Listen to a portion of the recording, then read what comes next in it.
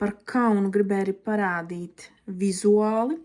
Tad, kad mēs esam piedzimuši un vispār šeit mēs pa vidu esam tas īstais es, tas, kas ir tas patiesais, mūsu visi talanti, vērtības, mūsu vienkārši tas kodols, autoritāte, spēks, vara iekšējā, tāda par dzīvi dzīvot. Mums te viņa iekšā ir.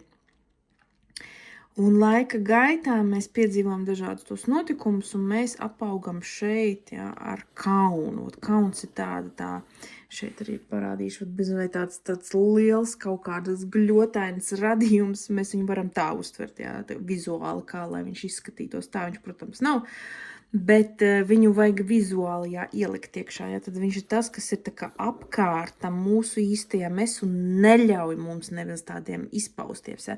Mēs esam tā kā sarāvušies tanī savā būtībā, kaut kā mēs varētu būt viss šitas te, bet mēs esam tādi maziņi un vēl pie tam mēs nespējam izrādīt sevi savu to īsto un mēs izrādām ārā tādu savu personu, tādu adaptēto ārējo, to labo meitenīti vai tieši dusmīgo sevi, kur nevar savaldīties, ja kā nu kuram.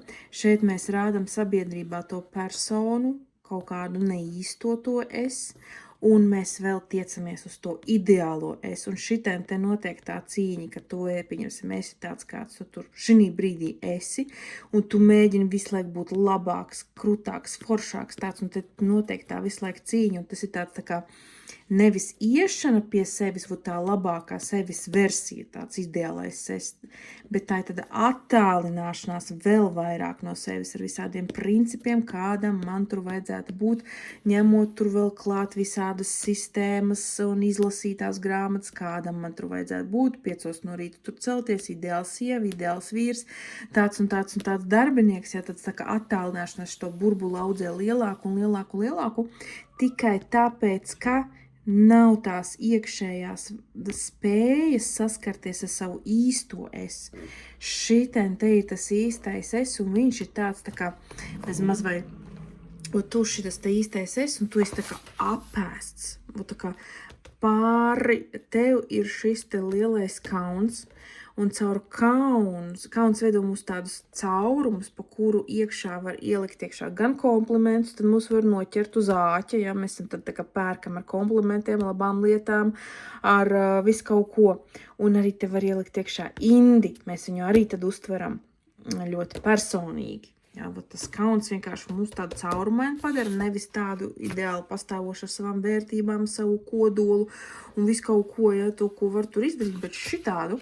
Un vēl ne tikai viņš mūs apēd mūs visus, bet viņš arī apēd, viņš tāds tā kā, ja tu varētu viss šitas te būtu potenciāls, ko tu vari piedzīvot, viņš viņu samazina, viņš ne tikai apēd tevi, viņš tāds tā kā ēd tavu dzīvi un ēd arī nākotnes tās visas iespējas, kas te var būt, viņas tāds tā kā, tas kauns tāds tā kā samazina tevi, samazina tavas jūtīgumu, tavas iespējas, tavu gribu, tavu izpausmi, tavas tās visu ko vien tur var, viņš tā kā sagrauž, ja?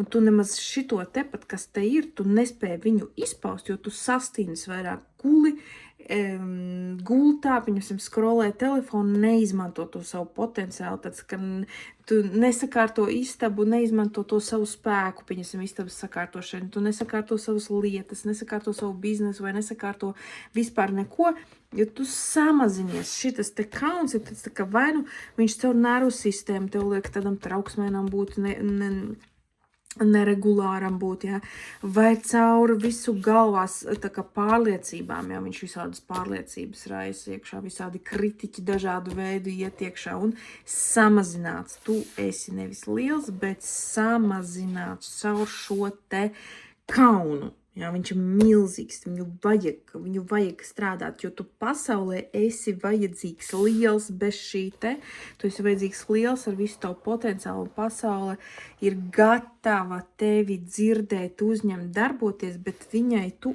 izskaties šitāds, nevis šitāds. Jā.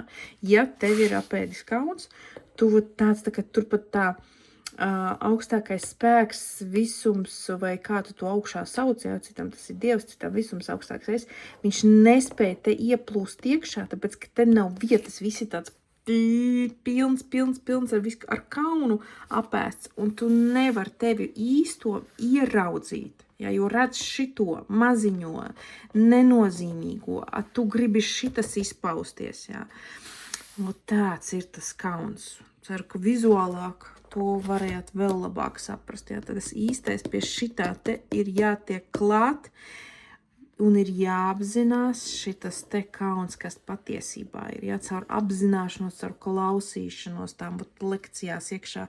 Klausies, apzinies, un arī tur ir tās izstrādes, kur tu tiec vairāk un vairāk pie šitā sava īstā foršām feinā ideālā. Ja. Nevis ideālā, nu tāds, kāds tu tur esi, nevis šito te burbuli lielo taisīt. Vienkārši kādā brīdī viņš sprākst, un beigās tāpatās tev vajadzēs šitien te aiziet. Bet labāk ir sākt pamazām jau iet apzinoties to kaunu un šķetinot viņu vaļā, tu padari sevi tādu lielāku.